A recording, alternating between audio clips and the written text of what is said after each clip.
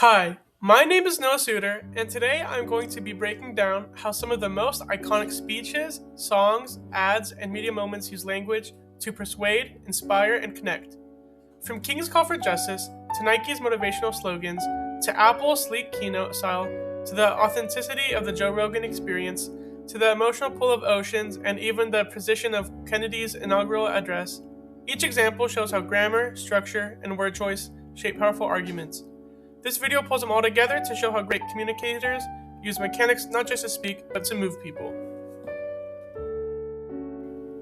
Martin Luther King Jr.'s I Have a Dream speech centers on the idea that America was built on promises of equality and freedom, but has failed to honor those promises for Black Americans, and the time has come for urgent nonviolent action. He sets this up immediately by calling the Declaration of Independence a promissory note the nation has defaulted on, which frames the rest of the speech. First, he lays out the problem, which is that the gap between American ideals and American reality. Then he shifts into a call for disciplined action, reminding the crowd that we must not allow our creative protests to degenerate into physical violence. Finally, he moves into the dream section, offering a vivid picture of the just, unified society that could exist if America finally lived up to its founding promises. The whole speech flows from that central thesis, moving from failure to action to hope. Nike ads usually focus on one main idea, which is getting people to take action. Their slogans use short, direct commands that hit fast and feel personal, such as just do it or believe in something even if it means sacrificing everything. This approach shapes how their messages are built, as they pick one strong idea and turn it into a challenge for the viewer. Most of their commercials on TV start with a simple line and build toward an emotional moment, showing athletes pushing through setbacks or regular people going past their limits. This structure matches the message in that it starts with a seemingly strong punch, stays sharp and focused, and ends with a final moment that feels powerful and emotional. Next, Apple keynote speeches and ads build their tone through precise word choice and clean, deliberate syntax that makes their products feel revolutionary yet effortless. A slogan like Think Different uses a grammatical twist to signal creativity, while lines such as Say Hello to the Future relies on simple phrasing to make advanced technology feel instantly accessible. Their speakers often use repetition and parallel structure through phrases like thinner, lighter, more powerful to create a rhythmic flow that reinforces the idea of constant improvement. Even the visuals follow the same stylistic logic. Minimalist slides, single numbers, and bold spacing guide the audience's attention and make complex innovations feel clear and inevitable. Altogether, Apple's visual mechanics and minimalist rhetoric work together to create a tone that is both sleek and persuasive. Next, the Joe Rogan experience builds its entire style around long-form authenticity, using casual word choice and open-ended conversation to create a tone that feels unscripted and accessible. Rogan often positions himself as a listener stand-in, using plain, direct language like, I don't understand that, explain it like I'm 5, to break down complex ideas and make expert discussions feel approachable. The show's long format shapes its rhythm, in that ideas unfold slowly, stories build naturally, and the clips capture moments where a simple question evolves into a reflection.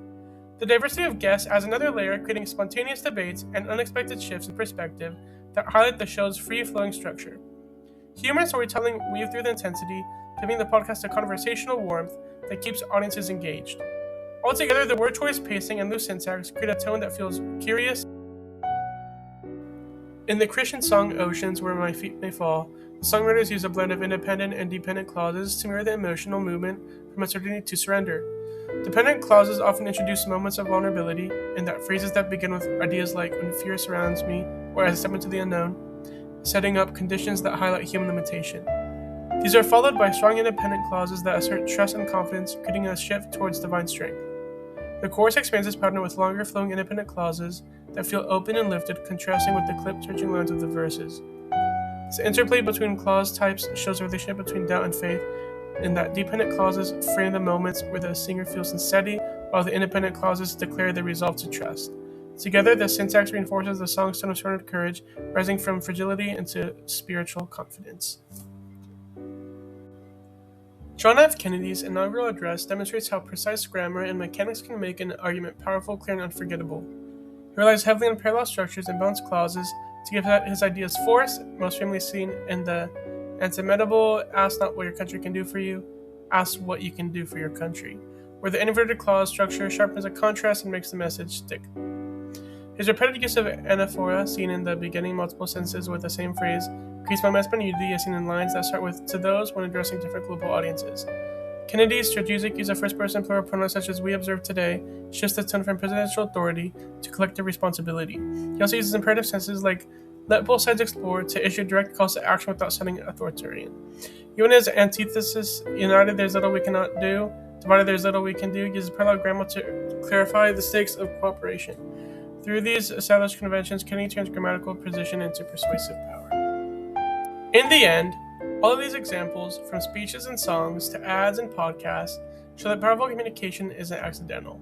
It's built through deliberate choices in grammar, structure, and style that guide the audience from one idea to the next with clarity and impact.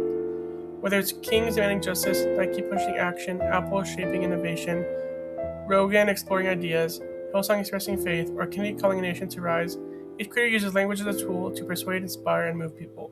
In short, understanding these mechanics doesn't help us just to analyze great communication, but to create great communication.